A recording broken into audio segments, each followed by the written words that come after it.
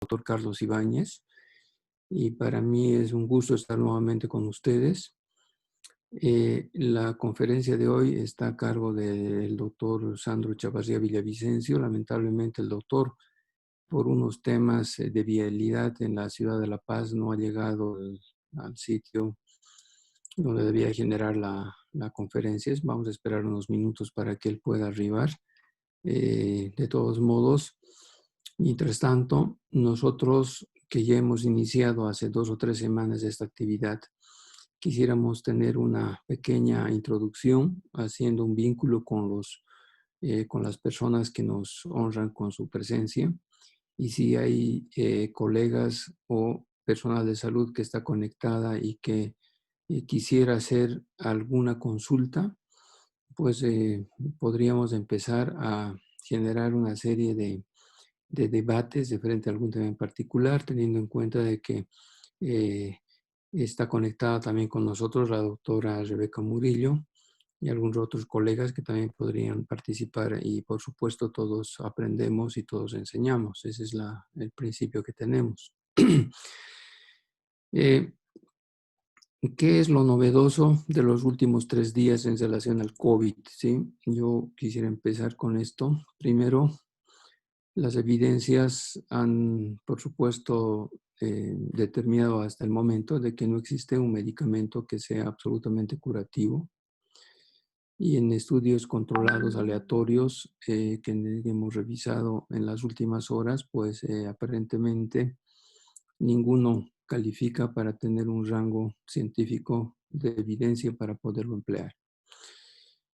Sin embargo, en un estudio muy interesante que se ha realizado, por ejemplo, la dexametasona ha establecido de que tiene un impacto interesante en la sobrevida de los pacientes que han tenido COVID, ¿no? En algún momento se ha hablado de que la tormenta antiinflamatoria o inflamatoria que es subsecuente justamente a la eh, viremia que se presenta, puede ser enfrentada inicialmente por antiinflamatorios. Obviamente la recomendación en situaciones iniciales de pacientes oligosintomáticos es que utilicen medicamentos muy relacionados a un resfrío común, utilizar paracetamol, ibuprofeno, antigripales. Y por supuesto, con ello de repente el control es absolutamente sencillo y fácil de la enfermedad. Otras personas se van a beneficiar de repente utilizando en algún momento antiinflamatorios mucho más importantes. El potencial de la dexametasona, por ejemplo, como efecto antiinflamatorio también es destacado por sus acciones terapéuticas, y creo que en estos estudios publicados por la JAMA del día de ayer establecen de que existiría algún impacto positivo para ello.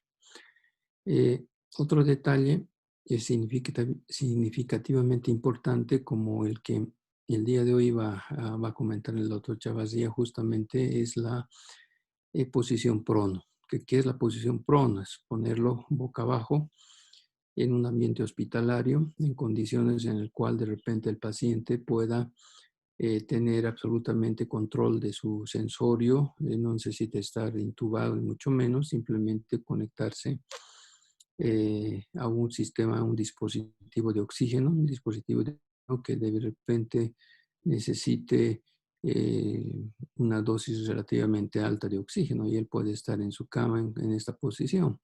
Ese también es un elemento que tiene una relativa evidencia importante, y seguramente el doctor nos va a explicar los detalles. El otro aspecto que ha sido muy debatido en estas 2 semanas y ha generado inclusive el mercado negro es el tema del plasma hiperinmune. En los estudios que se han realizado hasta la fecha, el plasma hiperinmune no ha permitido establecer un nivel de evidencia alto y seguro. Seguro desde el punto de vista inmunológico, en el sentido en que la carga de anticuerpos que uno puede recibir puede ser suficiente para controlar la enfermedad.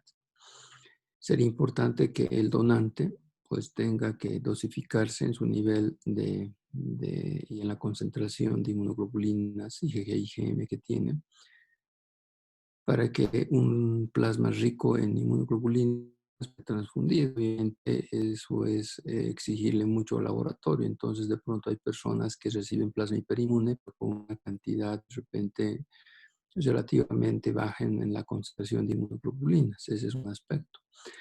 El otro aspecto es que cuando un ha sido afectado por la tormenta inflamatoria y por los componentes de la coagulación que generan trombosis microvascular a nivel de los capilares pulmonares, pues prácticamente ahí el proceso de la enfermedad ya no es generada por el virus, sino por la reacción inflamatoria y de coagulación que se desencadena. Entonces, en ese momento probablemente el uso de plasma ya no se justifica. No se justifica porque el tema ya no es el virus como tal. En ese momento, cuando el pulmón enfermo, pues ya ha desencadenado la tormenta inflamatoria e hipercoagulante, y entonces ahí ya no es el virus el que genera el problema, sino es el mismo medio interno de la persona que está afectada. En ese contexto, pues lo que se tiene que hacer más bien es frenar la inflamación y proteger de la trombosis. Esos son elementos que son importantes de entender y proyectarlos a la comunidad, de que el plasma y el suero hiperinmune pues no es la solución. Probablemente en la etapa inicial o moderadamente oligosintomática del paciente. Yo creo que en ese momento sería interesante el uso del plasma hiperinmune, pero ya para estadios avanzados está muy cuestionado su uso. Bien, voy a pedirle al doctor Chavazía que ahora prenda su micrófono, por favor.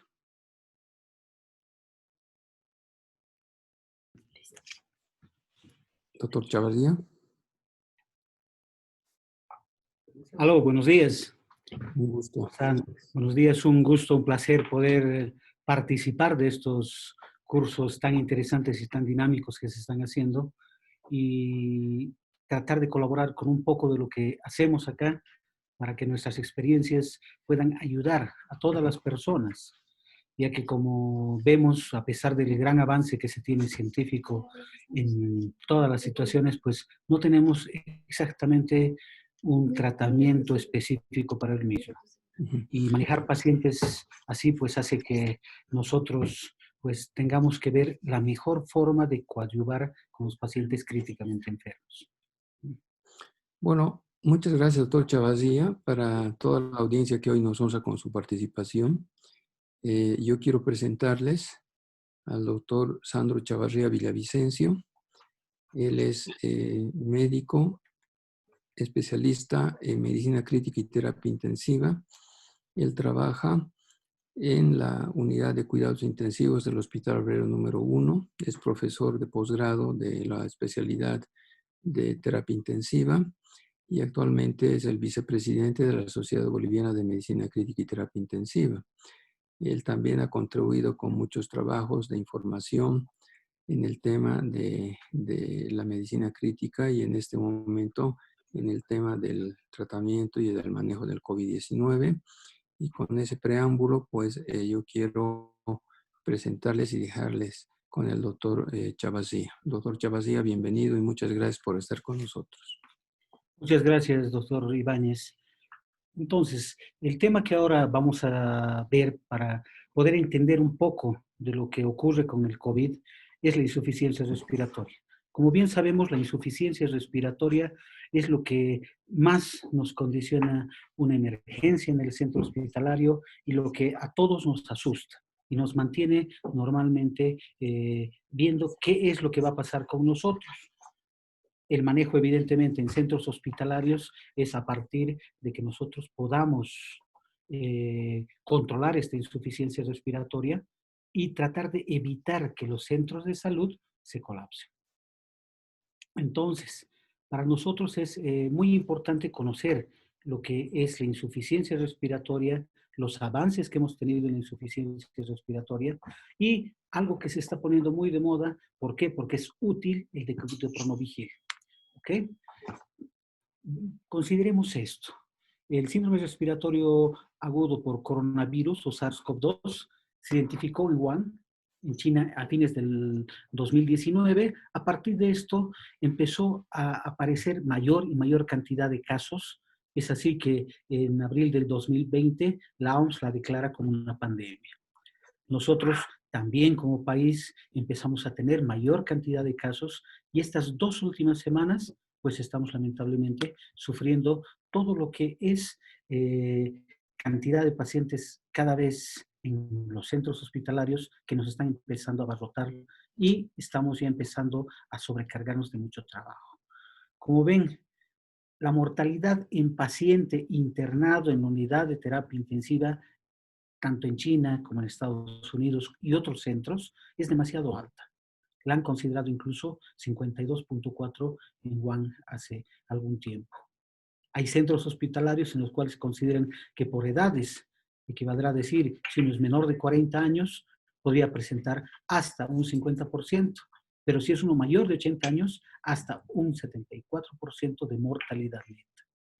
De estos, 80% de todos los casos de la contaminación como tal, se han visto que son asintomáticos, son leves, y por lo tanto ellos no nos van a recargar los centros hospitalarios. El 15% posterior o 14%, a ese es el que tenemos que atacar. El otro 5% lamentablemente tiene que ir necesariamente al centro hospitalario en el cual, en el común de los casos, tiene que internarse en la unidad de terapia intensiva. En este estudio sacado por Xie Jianxie, muestra que los valores de saturación de oxígeno detectados al ingreso de los centros hospitalarios han mostrado que estos han tenido mayor complicación si tenían un valor de corte menor a 90.5. Estos datos son tomados de la costa. Una especificidad de 97% y sensibilidad de 84%. Aquí ya nos mencionaban ellos, este artículo es de abril, en el cual decían así claramente, todo paciente que presenta saturación menos de 90.5%, a ese paciente debería de estar ya internado. ¿Y a quién deberíamos de atender? Sobre todo en los centros hospitalarios y tratar de darle el mayor soporte a los que tengan más de 90.5, porque esos van a sobrevivir más que los que tienen menor de 90%.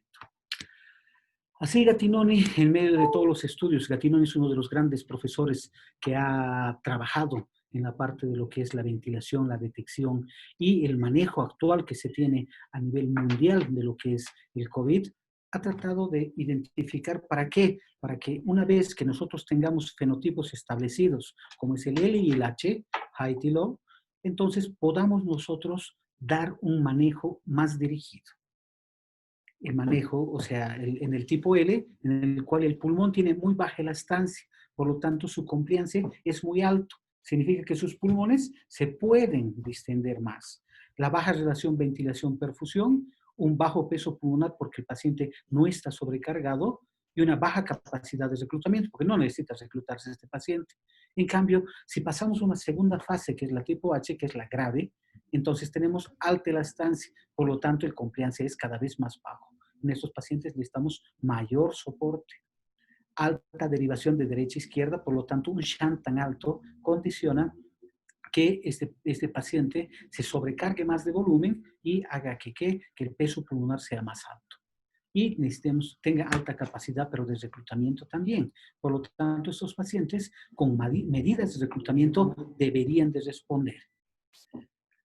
Todo esto se ha visto que concluyen dos cosas que son bastante interesantes, que es la pérdida de regulación de la perfusión y por la hipoxia, vasoconstricción. Entonces, si la pérdida de regulación de la perfusión de estos organismos hace que el paciente empiece a presentar disminución de la oxigenación, es así que se ha visto que a estos pacientes, en primera instancia, nosotros deberíamos de ver todo paciente que ingresa con cualquier dato de insuficiencia respiratoria, ver si es candidato a pronovigil. Lo importante es que los centros de salud se están empezando a abarrotar cada vez más. Estamos cada vez más llenos de pacientes de uno y de otro tipo. Esto está condicionando falta de insumos. Como los mencionaban hace unos días, ya no tenemos N95 casi disponible en el medio. Los ventiladores mecánicos que teníamos un cierto margen en el cual también nosotros veíamos como sociedad de terapia intensiva que nos estamos quedando ya cortos, ya estamos llenando todos los centros con ventilación mecánica. El personal de salud, lamentablemente el personal de salud también se está enfermando. Ya tenemos varios casos de intensivistas que ya se nos han enfermado y tenemos que cuidar ese nuestro personal. No nos olvidemos que la primera premisa que da la OMS es cuidar al personal de salud. Y la necesidad de cada vez más pues se nos trae a pensar de que tenemos que tener una conducta previa a tratar de evitar de que todos lleguemos al estado más crítico que es manejar en terapia intensiva. Es así que una de las posiciones que se puede hacer para manejar a pacientes que están en insuficiencia respiratoria, evitando de que ingresen a las unidades de terapia intensiva y evitando, lógicamente, intubaciones y mayor agresión orgánica, es el pronovigil.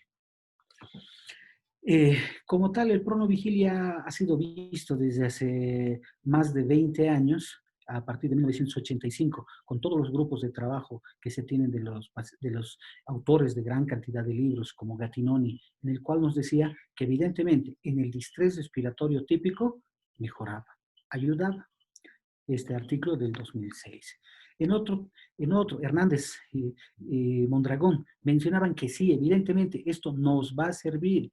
La alteración difusa homogénica de la permeabilidad vascular, edema y aumento de peso pulmonar, esto al hundimiento pulmonar va a mejorar la ventilación. En este mismo artículo mencionaba que al disminuir las presiones que tenemos por el corazón, por el mismo líquido a nivel pulmonar, hace que en prono el paciente tenga a distribuir mejor el flujo pulmonar. Y si distribuye mejor el flujo pulmonar, pues lógicamente el pulmón del paciente va a empezar a mejorar. Entonces, ¿para qué es el pronovigil? Para homogenizar las zonas de ventilación, disminuir la sobredistensión alveolar, disminuir el colapso alveolar dorsal.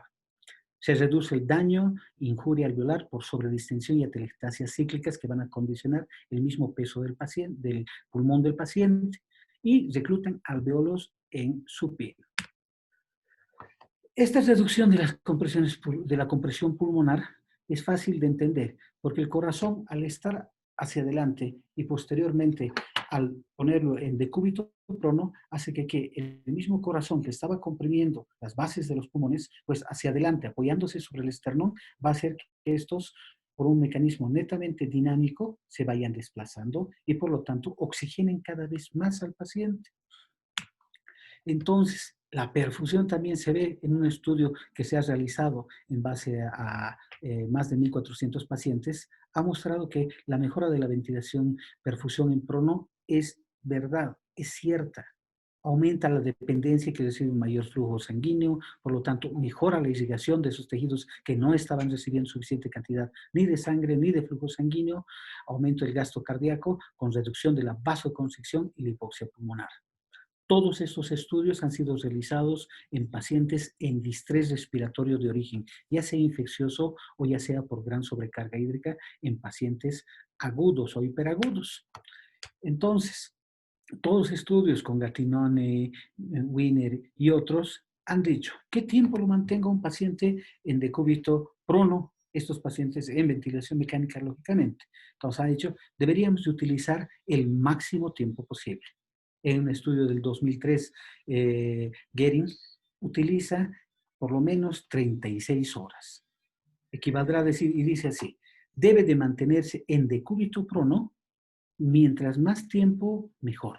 Por lo tanto, ¿cuándo será su parámetro para decir este paciente ya no necesita el prono? Tendría que ser cuando el paciente ya ha cumplido mis metas de ventilación. Significa que su saturación de oxígeno, su PO2 de oxígeno ya han mejorado, pero siempre durante periodos largos.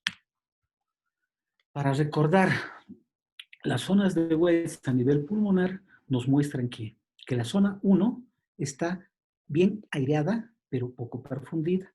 La zona 2 está bien perfundida y bien aireada. Y la zona 3 está poco aireada, pero más perfundida. Lo mismo ocurre en el decúbito prono. Por lo tanto, al dar la vuelta al paciente, la zona que sería basal, que está comprometida por el proceso infeccioso, va a empezar a oxigenar más. Por lo tanto, este cambio que va a realizarse va a hacer que el paciente tenga mejor cantidad de oxigenación y por lo tanto sus presiones van a empezar a disminuir. Un término interesante que lo ha acuñado hace 2 meses, un intensivista anestesiólogo en Estados Unidos, en Nueva York, que considera la hipoxia silente o la hipoxia feliz, happy hypoxia, en el cual decía, estos pacientes que llegan a la unidad de emergencia están despiertos, incluso están hablando o chateando por su teléfono, pero tienen cantidad de hipoxemia severa, porque su saturación periférica llega entre 60 y 65 y no tiene repercusión a nivel orgánico aparente, porque su nivel de conciencia no está alterado. Ese es el gran riesgo que se corre con este tipo de pacientes. ¿Por qué? Porque si no son detectados a tiempo, esos pacientes van a ir a un segundo estadiaje, que es el estadio low, high, en el cual, lógicamente, requiere de mayor soporte.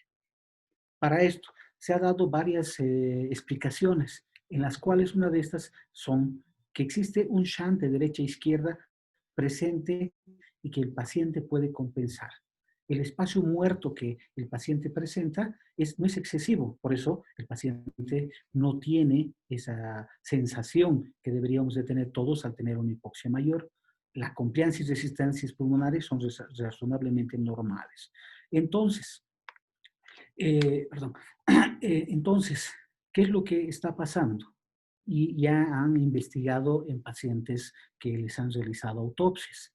Han visto que en la microvasculatura existen pequeños trombos y como son pequeños trombos, pues estos no alteran extremadamente la difusión, pero al no alterar la difusión extremadamente, pues el paciente puede tener una oxemia, digamos, muy baja y su sistema central en el cerebro, que debería de controlar, también por la inflamación que se tiene a nivel central, condiciona que el paciente no tenga esa sensación, que al incrementarse su CO2 empiece a tener mayor insuficiencia respiratoria. Lo que tiene que el paciente hace taquipnea. ¿Por qué? Porque trata de compensar, trata de equilibrar esa hipoxia que ya tiene su organismo, dando simplemente taquipnea y taquicardia en primera instancia. Si llegamos ya al periodo de disnea real, pues este paciente probablemente ya ha sobrepasado el primer periodo de low y por lo tanto ya está yendo al high y va a requerir soporte. En estos pacientes que tienen hipoxia silente y que son pacientes que nosotros vemos periódicamente, es donde debemos de actuar de forma aguda, rápida, y no permitir que estos pacientes no reciban tratamiento, y sobre todo el tratamiento que es oxigenación. Para poderlos detectar, existen diferentes métodos, no solo clínicos. Ahora vamos a revisar algunos de ellos también. Es la ecografía. La ecografía desde aproximadamente hace 10 años, pues está cada vez en mayor auge. ¿Por qué? Porque es útil.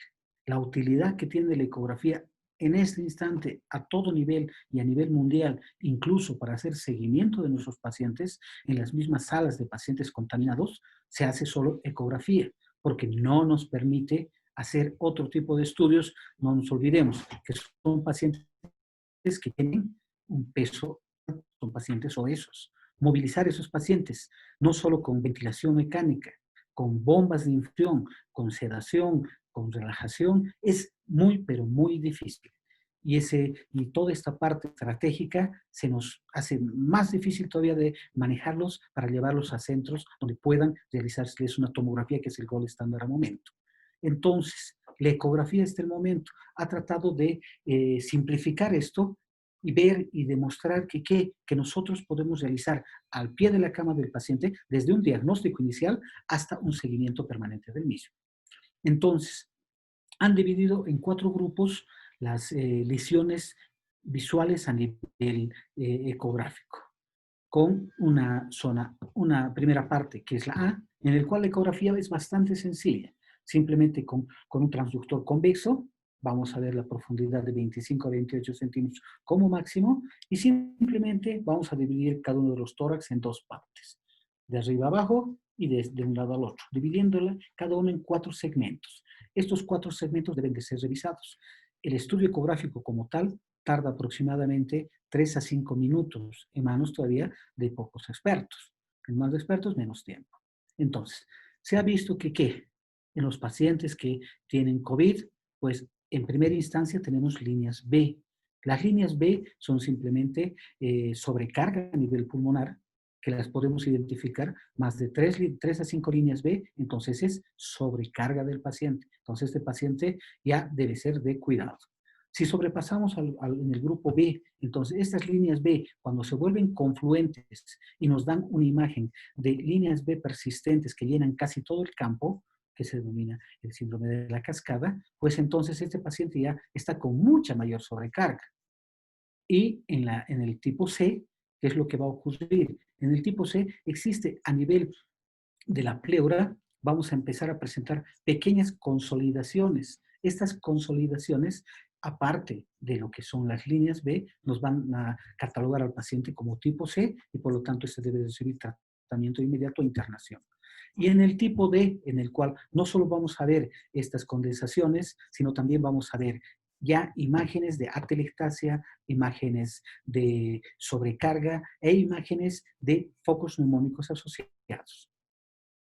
Si nosotros tenemos un paciente en la urgencia o detectamos en primera instancia que está en el tipo C o el D, inmediatamente este paciente debe estar pronado y con oxigenoterapia. La oxigenoterapia de alto flujo. ¿Ok?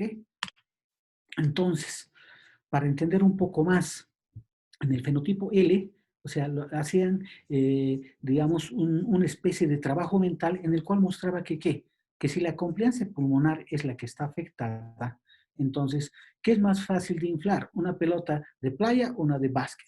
La de playa, ¿verdad? Ese fenotipo hace que su pulmón sea fácilmente, digamos, oxigenado y el paciente, su estancia es mejor. En cambio, en la tipo H es más complicado porque necesitas mayor presión, mayor cantidad de oxígeno para poder llenar este balón. Entonces, ¿qué es lo que pasaba? En los pacientes tipo L, el aumento de la frecuencia respiratoria e hipocapnia no era normalmente detectado y por lo tanto está en lo que se denomina el pulmón silencioso o happy hipoxemia, en el cual el paciente no siente aparentemente nada, solo taquimia. Y pasando ya al H, pues el paciente lógicamente, y viendo imágenes incluso tomográficas ya de gran compromiso, pues es que vemos que debemos de tratar siempre en la primera etapa. La detección oportuna de la hipoxemia debe de ser realizada siempre, ya que tenemos esos 3 tiempos en los cuales una subclínica en la cual nosotros vamos a ver que el paciente tal vez tenga algo de taquimia, sensación de incomodidad, cefalea, pero es muy inespecífico. La saturación de oxígeno en el común de los casos está dentro de los rangos normales. En la segunda, que es nuestro 14%, pues, o 15%, es que nosotros tenemos que tratar de forma inmediata. Estos pacientes con hipoxia silenciosa, pues hace que nosotros como personal de salud en cualquier centro hospitalario, solo con un oxímetro de pulso, podamos agarrar y hacer que este paciente reciba ya un tratamiento de forma inmediata. Es así que se han creado diferentes tipos y tratar de enfocar para que nosotros tengamos algo lo más sencillo posible. Es así que se ha creado la escala de Roth. La escala de Roth ha sido una escala creada para pacientes con falla cardíaca, en la cual estos les pedíamos que como es la prueba como tal y que también la han vuelto medio digital en esta página que es pruebasroth.com, entonces en la cual se le pide nada más al paciente que tome aire profundo y empiece a contar en voz alta hasta llegar a 30 si es que lo logra. Si en caso, en el lapso de los 30 segundos que está contando no llega, pues nosotros solo contamos la cantidad de veces que ha repetido un número. Entonces, si contamos así, hagamos el ejemplo. 30 segundos, ponemos la máquina y simplemente contamos. 1, 2, 3, 4, 5. Si nosotros tenemos más de 10 de frecuencias de contar un número, entonces significa que este paciente lo más probable es que tenga mayor a 95%.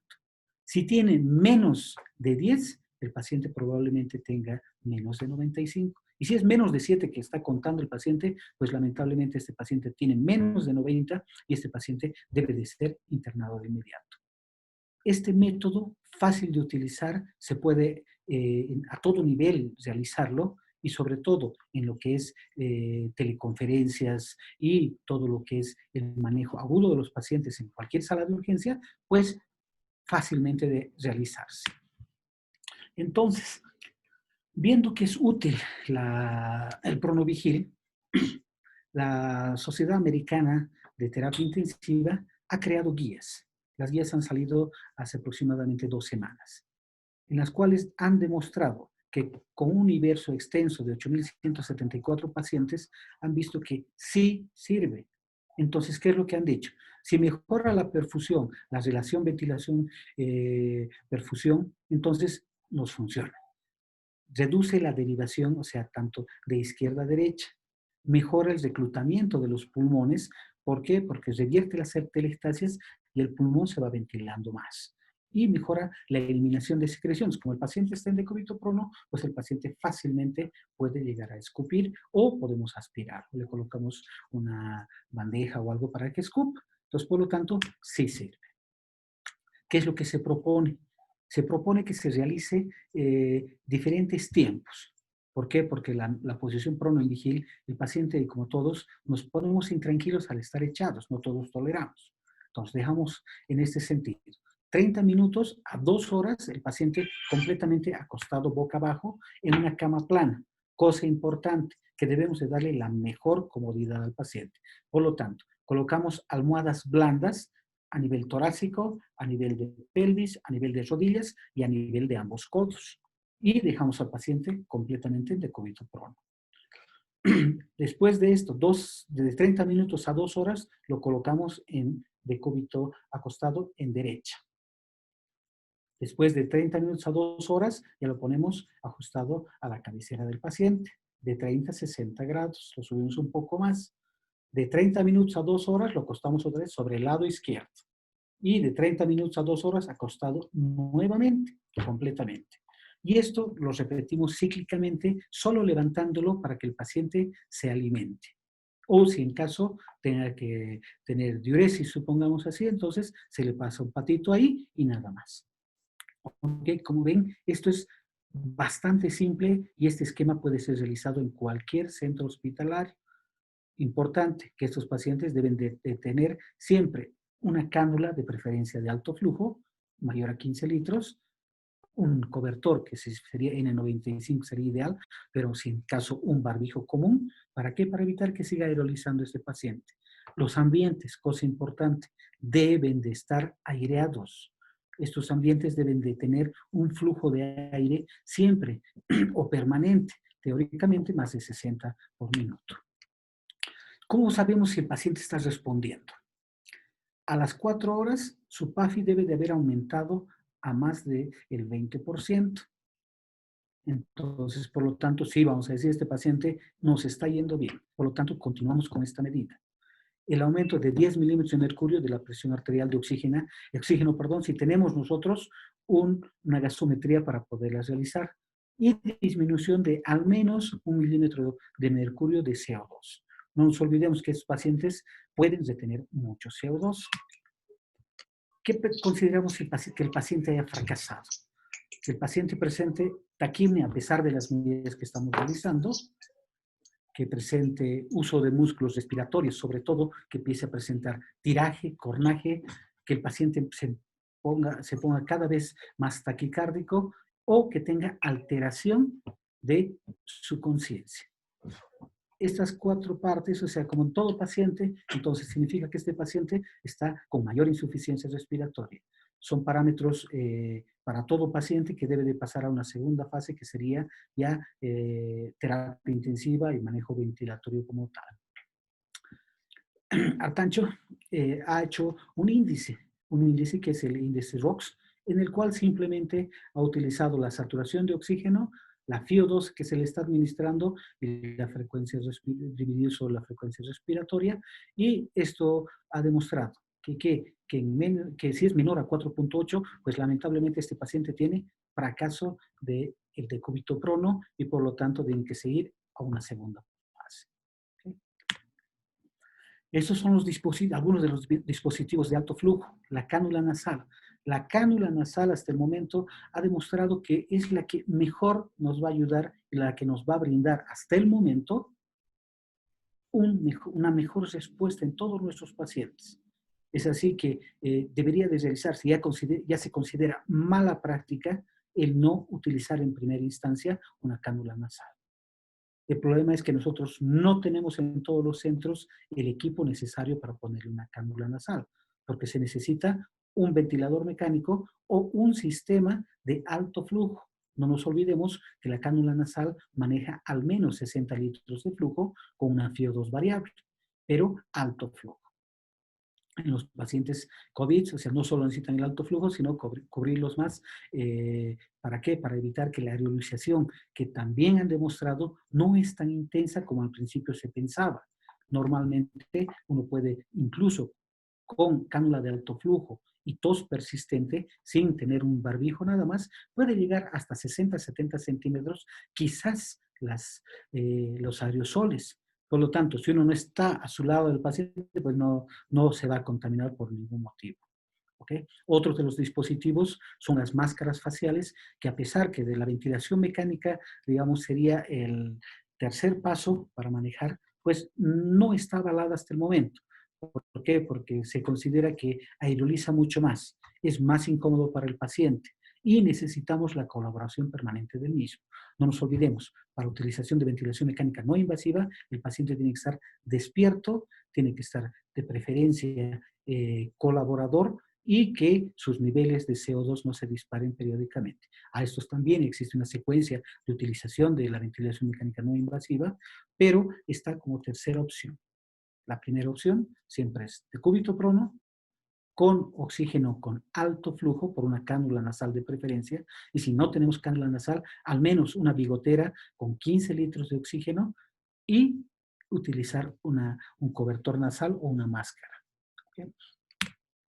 Entonces, han visto en este estudio que la efectividad del sistema de alto flujo que requieren estos pacientes es útil, ha demostrado que la mortalidad incluso ha disminuido, ha demostrado que la cantidad de pacientes que yo tenía que recibir en centros hospitalarios y manejar durante por lo menos una semana entera ha disminuido enormemente y por lo tanto es útil.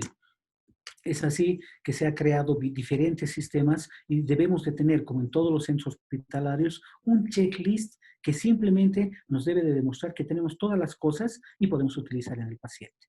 Son desde procedimientos bastante sencillos, como asegurar firmemente el tubo o alguna situación, pero debemos de tener un checklist siempre en todos los pacientes. En esta imagen, como ven, la inferior del lado derecho, hemos creado simplemente un apoyador de cara, porque este no es un dispositivo diferente o muy complejo, en el cual simplemente estamos utilizando vendas y hemos utilizado unas gasas y se las he envuelto nada más. ¿Para qué? Para evitar que las lesiones que nos puede condicionar el decúbito prono en paciente despierto pueda incomodar más al paciente. Y el plan es evitar que el paciente se incomode, porque si no está incómodo, va a tolerar cada vez más el paciente. Me preguntaban en algún momento, ¿y qué hacemos si la paciente se embarazada? Voy a apretar y voy a comprimir al producto. Pero, ¿qué es lo que ocurre en realidad? Si la paciente no tiene una buena oxemia, pues el producto va a tener menos oxemia todavía. Por eso el decúbito prono con almohadas mucho más altas, pues sí se puede realizar, ya sea en paciente vigil o ya sea en paciente intubado. ¿Okay? Entonces, como esto ya es casi un hecho, ya ha demostrado que sí es útil, pues en México se está haciendo un estudio, que es el estudio APRONOX, en el cual se utiliza posición prono en la mayor parte de sus pacientes que están llegando. Al momento son 11 hospitales que están trabajando en la misma, ya son 400 pacientes reclutados hasta la anterior semana y pues este estudio ya está corriendo. Hemos tratado de comunicar con ellos para ver si podemos ingresar al mismo. Todavía piensan que ellos van a terminar ese estudio para poderlo abrir. ¿Okay? Entonces, el decúbito prono en paciente vigil, lo más importante y que debamos de entender todos es que sí es factible. Múltiples pacientes en falla respiratoria van a ser beneficiados. Es viable porque es gratuito. Solo nos va a costar que tengamos que conversar con el paciente. ¿Para qué? Para que él nos acepte la idea de estar la mayor parte del tiempo echado en una cama. Es seguro, ya que no ha demostrado hasta el momento que el paciente tenga alteraciones mayores al colocarlo en decúbito prono y no ha mostrado un efecto severo de lesiones asociadas al mismo. Es eficaz porque nos va a evitar, lo que queremos es eso, es que esté más tiempo en el hospital, que se intube o que se tenga que manejar bajo ventilación mecánica. Es algo sencillo de utilizar y no nos olvidemos que debe de recibir oxigenoterapia en todo momento. Okay, gracias.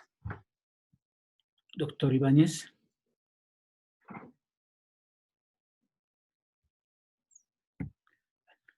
Muchas gracias, doctora Echeverría, por la brillante exposición. Realmente todos estamos en la búsqueda de las estrategias para no tener que intubar al paciente.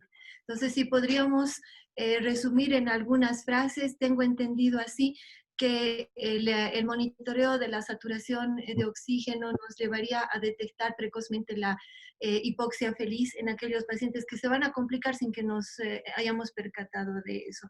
Entonces, esa es una de las maniobras que necesitamos hacer. La otra es la cánula nasal y por último, el decúbito pronovigil. Sí. ¿Alguna otra estrategia, doctor?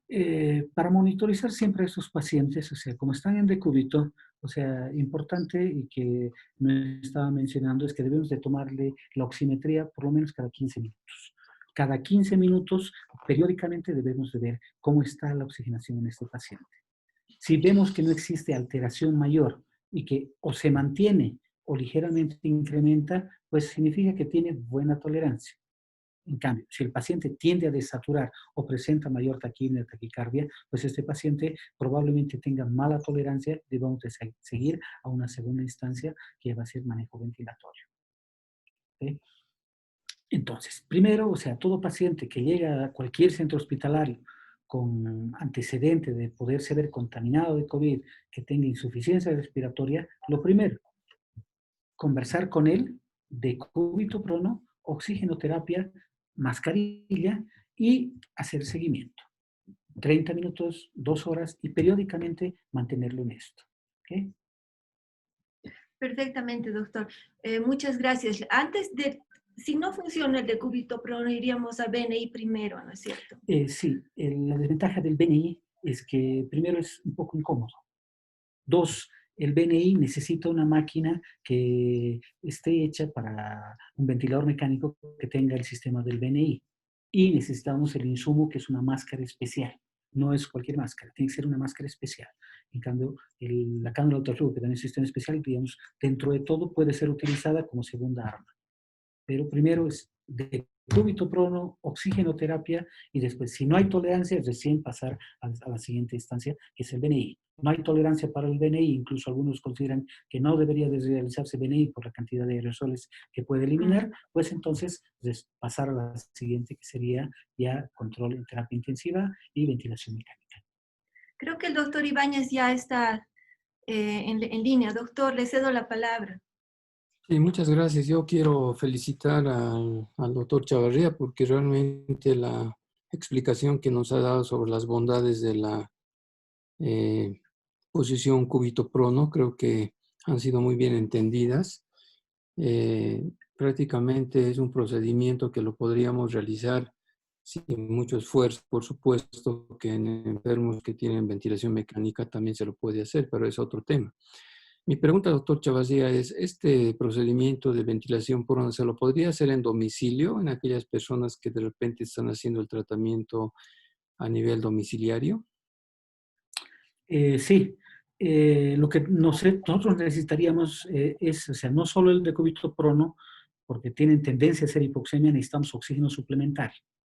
Y por lo tanto, si tienes oxígeno suplementario en domicilio, pues tranquilamente se podría realizar en domicilio. Y los tiempos, tratar de que sean mayor cantidad de tiempo, pues mucho mejor para el paciente. Sus atelectasias laminares, la zona de atelectasia que puede condicionarse por el cúbito supino, pues entonces van a disminuir las mismas. Y otra cosa importante, hay que evitar la sobrecarga. A esos pacientes hay que tratar de mantenerlos ligeramente sequitos. ¿Por qué? Porque la sobrecarga hace que haga mayor cantidad de edema y eso va a llevar a mayor hipoxia. Excelente. Ahora, eh, le voy a transmitir una pregunta que dice lo siguiente. La escala de Roth es aplicable en la misma forma en la altura, dice, dado que la saturación de oxígeno es diferente en la costa o en la altura. Es una pregunta de Beatriz. Ok, gracias, doctor. La escala de Roth evidentemente ha sido creada para la costa. No hemos hecho avalar una escala de Roth a nivel de la altura. Y o sea, lo que tendríamos que hacer es tratar de que con los centros que manejamos pacientes ventilatorios podamos avalar y hacer que el sistema, digamos, con la saturación de oxígeno que nosotros manejamos, que es 90 como límite y como 85 ya estaríamos en una disminución del mismo, tal vez avalar la misma, pero no se tiene ningún estudio a nivel de la altura, lamentablemente. Incluso los chinos que tienen una altura similar al nuestro todavía no han avalado ningún sistema que nos pueda dar una visión sobre el mismo, ¿no? En relación a la envergadura y a la superficie corporal, ¿quiénes se benefician más con la posición prono? ¿Los pacientes que tienen sobrepeso o los pacientes que son delgados?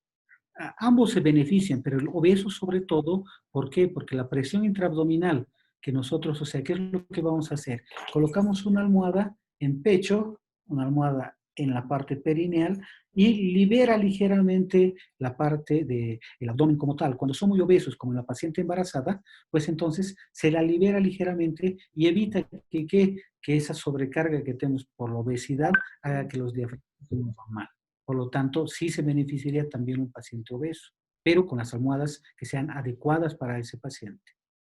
Gracias, doctor.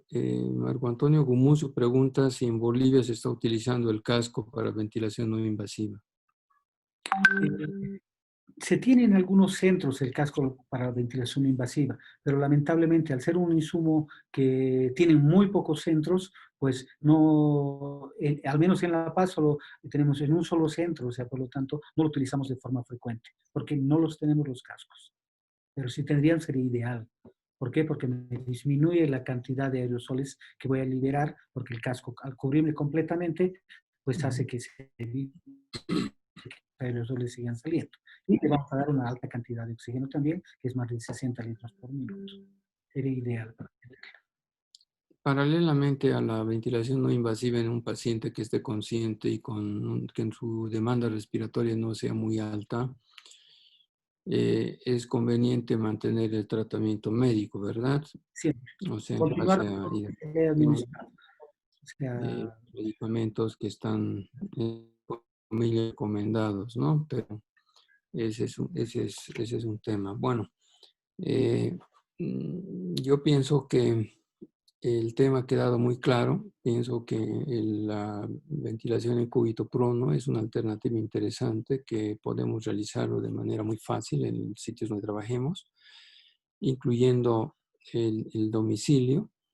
Hay que, por supuesto, tener la ayuda del paciente y si podemos, en la casa, por ejemplo, a un paciente con COVID podemos aportar con un poco de oxígeno por puntas o máscara, pues él se va a beneficiar. El objetivo es no llegar al hospital y el objetivo en el hospital es no llegar a la ventilación mecánica. Esos son los elementos fundamentales que debemos manejar. En realidad, doctor Chavarría, yo creo que ha sido tan clara su exposición que prácticamente nos ha deleitado con los alcances de esa alternativa. Yo quiero felicitarlo para ir cerrando. Y no sé si la doctora Alexandra Hit quiere hacer alguna pregunta más o algún comentario final, por favor. Si no es así, pues yo me despido hasta la siguiente sesión, sin antes pues reiterarle el agradecimiento por su participación al día de hoy. Muchas gracias, doctor Ibáñez. Tengo una pregunta más que viene del Beni. Miguel Ángel Paucara pregunta, ¿por qué no hay clínica de hipoxia silente? Si la saturación ya está baja, compensatoriamente la hemodinamia se debería alterar. ¿qué es lo que sucede? Gracias, doctora. ¿Qué es lo que sucede? O sea, existen varias postulaciones hasta el momento. Una de las que es más aceptada es la que existe a nivel pulmonar microémbolos. Esos microémbolos no hacen que la compliance como tal se altere. Y por lo tanto, el pulmón al ser elástico, pues entonces tiene la capacidad de oxigenar. Pero, ¿qué es lo que pasa? Además de esto, el proceso inflamatorio sistémico que se tiene por el virus hace que a nivel central, significará que a nivel del cerebro, hace que esos receptores de CO2 que se tengan, que son los que nos van a llevar a que nosotros tengamos mayor insuficiencia respiratoria, sensación de falta de aire, también se ven alterados. Es por eso que estos pacientes son peligrosos, por el hecho de que si el paciente no se controla y no se verifica que el paciente tenga una cantidad de oxígeno suficiente, son los pacientes que están, como les decía, hasta jugando con sus celulares, están cianóticos como ellos mismos y taquipnéicos, pero agarran y pierden el conocimiento muy rápidamente y fallecen. ¿Por qué? Porque no tienen un sistema cerebral de control, lamentablemente. Son varias las teorías que tratan de explicar el mismo y que lamentablemente no se tiene algo específico, algo claro. Lo que sí está claro es que deben de ser detectados de forma oportuna, temprana. ¿Para qué? Para brindarles primero oxígeno y dejarlos en el COVID control, que es lo más importante. Entonces, no es tan así que no hay una respuesta hemodinámica. No. Tienen cianosis, Sí. tienen una frecuencia respiratoria elevada y tienen también taquicardia. Sí. Entonces, al médico atento no le va a faltar elementos para sospechar que se está complicando la cosa, ¿no es cierto? Nos llama la atención es la cianosis, que es una cianosis muy marcada, pero el paciente está tranquilo, ¿no? Y eso es lo que sí debe de llamar la atención. Claro, lo que pasa es que el paciente que no, porque no se siente mal. Pero el médico sí puede detectar con esos elementos tan básicos un problema, ¿no es cierto? Doctor Echeverría, le agradezco muchísimo por haber venido. El doctor Echeverría, para cumplir con nosotros, ha venido a pie más de 2 kilómetros porque ha habido un bloqueo y ha tenido que dejar su auto. Muchas gracias, doctor. Para concluir, voy a invitarlos a la siguiente exposición, la doctora Lilian Toledo, ginecóloga obstetra y jefa del servicio de ginecología y obstetricia del Hospital Materno Infantil en La Paz. El próximo jueves 18 de junio a las 11 nos va a dar el tema de embarazo, parto y cesárea en la paciente con COVID-19. Han habido en la anterior exposición muchísimas preguntas respecto a la mamá y al niño y cómo cuidarlas y cómo cuidarnos también